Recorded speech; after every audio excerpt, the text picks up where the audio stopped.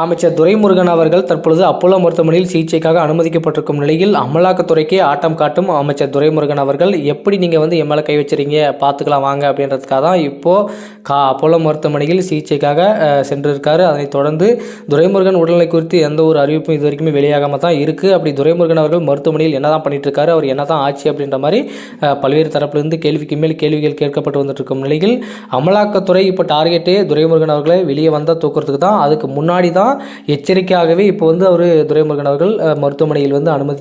இதுக்கப்புறம் அமலாக்கத்துறை என்ன பண்ணாலுமே துரைமுருகன் அவர்களை இன்னும் ஒரு கொஞ்ச நாளைக்கு கை வைக்க முடியாது. ஏன்னா இந்த மருத்துவ ரிப்போர்ட்டை கருத்தில் கொண்டே துரைமுருகன் அவர்களை வந்து ஒன்றுமே பண்ண முடியாது என அவர் வந்து நினைச்சிட்டு இருக்காரு.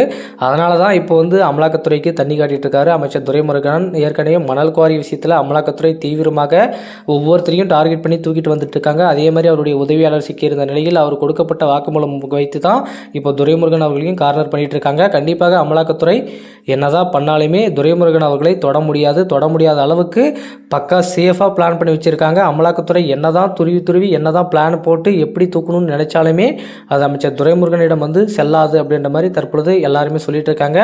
என்னதான் அமலாக்கத்துறை வந்து வேற மாதிரி பிளான் பண்ணி திமுகவில் இருக்கிற ஒவ்வொருத்தரையும் தூக்கினாலுமே துரைமுருகன் அவர்கள் அவ்வளோ சீக்கிரம் தூக்க முடியாது. இவ்வளோ நாள் திமுகவில் இருந்திருக்காரு, இவ்வளோ நாள் அமைச்சர் பதவியில் இருந்திருக்காரு.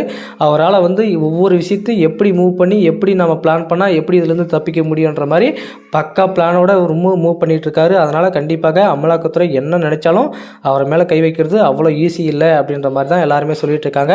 இதனைத் தொடர்ந்து தற்பொழுது திமுகவில் ஒவ்வொரு அமைச்சரையுமே கட்டம் கட்டிட்டு வந்துட்டு இருக்காங்க. ஏற்கனவே செந்தில் பாலாஜி அவர்கள் இப்போ மாட்டிட்டு இருக்காரு. அதனைத் தொடர்ந்து அமைச்சர் பொன்முடி அவர்களும் 3 ஆண்டுகள் சிறை தண்டனை கொடுத்துருக்காங்க. ஒரு 30 நாள் இப்போ வந்து அவகாசம் கொடுத்துருக்காங்க. அந்த 30 நாட்களில் உங்களோட நிரூபித்து நீங்கள் காட்டிக்கோங்க அப்படின்னு சொல்லியிருக்காங்க. அதனைத் தொடர்ந்து அமைச்சர் துரைமுருகன் அவர் டார்கெட் பண்ணியிருக்காங்க. ஏவா வேலு அவர்கள் நிறைய பேர் தரப்பொழுது ஊழல் வழக்கில் சிக்கியிருக்காங்க. இதிலிருந்து எப்படி திமுக அரசு வெளியே வரப்போகுது, திமுக முதல்வர் ஸ்டாலின் அவர்கள் எப்படி இதிலிருந்து திமுகவை மீண்டெழுந்து கொண்டு வர போறாரு, நாடாளுமன்ற தேர்தலுக்காக அடுத்த கட்டமாக என்ன பிளானாக இருக்கும் என்பதே அடுத்த கட்ட யோசனையாகவே இருந்துட்டு இருக்கு. முதல்வர் ஸ்டாலின் அவர்களின் அடுத்த குறிக்கோள் எப்படி இருக்க போகுது, நாடாளுமன்ற தேர்தலில் எப்படி பிளான் பண்ண போறாங்க, நாடாளுமன்ற தேர்தலில் யாரெல்லாம் நிற்க வைக்க போறாங்கன்றதை முடிவு பண்ணிட்டாங்க.